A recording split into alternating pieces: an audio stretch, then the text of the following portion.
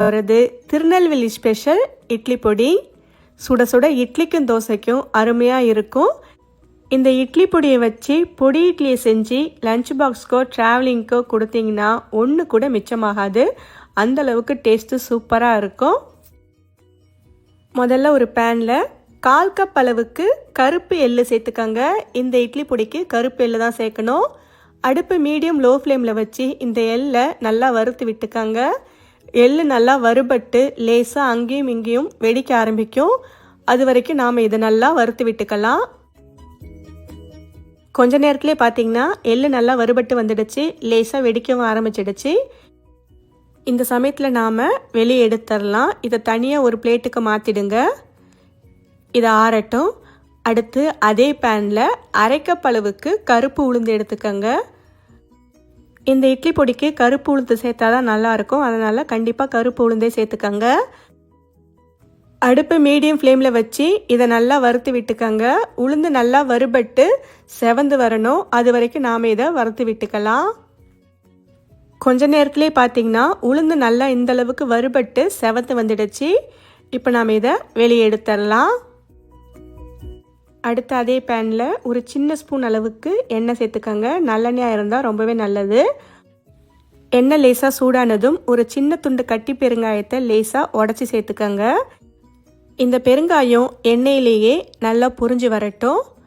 இந்த அளவுக்கு பொரிஞ்சு வந்ததும் நாம் இதை வெளியே எடுத்துடலாம்.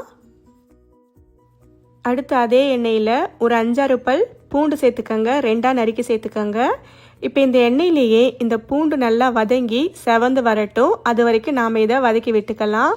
பூண்டு நல்லா வதங்கி நிறம் மாறி வரணும், ஆனால் கருகிடக்கூடாது.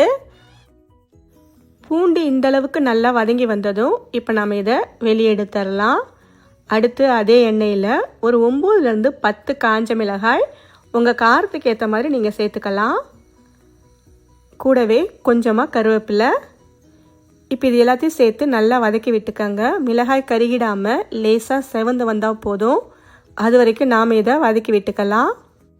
இந்த மிளகாய் அளவுக்கு காரம் உங்களுக்கு மீடியமாக இருக்கும். உங்களுக்கு நல்லா காரம் வேணும்னு நினச்சிங்கன்னா இன்னும் 2 மிளகாய் கூட சேர்த்து நல்லா வதக்கி விட்டுக்கங்க. இப்போ பார்த்தீங்கன்னா மிளகாய் நல்லா வதங்கி வந்துடுச்சு, நிறம் மாறாமல். இப்போ நம்ம ஸ்டவ் ஆஃப் பண்ணிவிட்டு இதையும் வெளியே எடுத்துடலாம். அடுத்து இட்லி பொடிக்கு தேவையான அளவுக்கு கல் உப்பு சேர்த்துக்கங்க. இது நல்லா ஆறட்டும். நாம் வறுத்த பூண்டு எள்ளை தவிர மற்ற பொருட்களை ஒரு மிக்சி ஜாரில் சேர்த்து கொஞ்சம் கொரப்பாக இந்த மாதிரி அரைச்சி எடுத்துக்கங்க. அடுத்து இந்த மிக்சி ஜார்லேயே நாம் வறுத்து வச்ச எள்ளை சேர்த்துக்கலாம். வறுத்து வச்ச பூண்டையும் சேர்த்துக்கங்க. இப்போ இது எல்லாத்தையும் கடைசியாக 2 சுற்று மட்டும் சுற்றி எடுத்துகிட்டு வந்துடுங்க. அவ்வளவுதான். நமக்கு மணக்க மணக்க நெல்லை ஸ்பெஷல் இட்லி பொடி தயாராகிடுச்சு. அடுத்து இந்த பொடியை வச்சு பொடி இட்லி எப்படி செய்யுதுன்னு பார்க்கலாம். அதுக்கு ஒரு பேனில் 1 டேபிள் ஸ்பூன் நல்லெண்ணெய் சேர்த்துக்கங்க. எண்ணெய் லேசாக சூடானதும் ஒரு 10லேருந்து 12 மினி இட்லியை சேர்த்துக்கங்க. இது கூடவே வாசனைக்காக ஒரு கொத்து கருவேப்பிலையும் சேர்த்துக்கங்க. அடுப்பு லோ ஃப்ளேமில் வச்சு அந்த எண்ணெயிலேயே இட்லியை நல்லா கலந்து விட்டுக்கங்க. இட்லியோட எல்லா பக்கமும் எண்ணெய் படுற மாதிரி நல்லா கலந்து விட்டுக்கங்க. அடுப்பு லோ ஃப்ளேம்லேயே இருக்கட்டும். அடுத்து இதில் நாம் அரைச்ச இட்லி பொடியை ஒரு பெரிய டேபிள் ஸ்பூன் அளவுக்கு சேர்த்துக்கங்க. இட்லி பொடி சேர்த்ததுக்கப்புறம் ஸ்டவ் ஆஃப் பண்ணிவிடுங்க.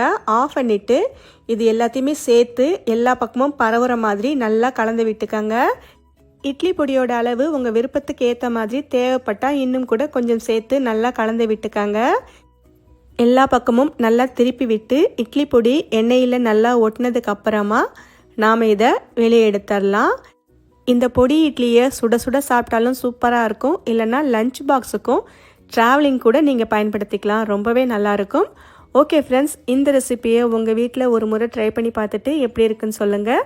இந்த ரெசிபி உங்களுக்கு பிடிச்சிருந்தால் லைக் பண்ணுங்கள்.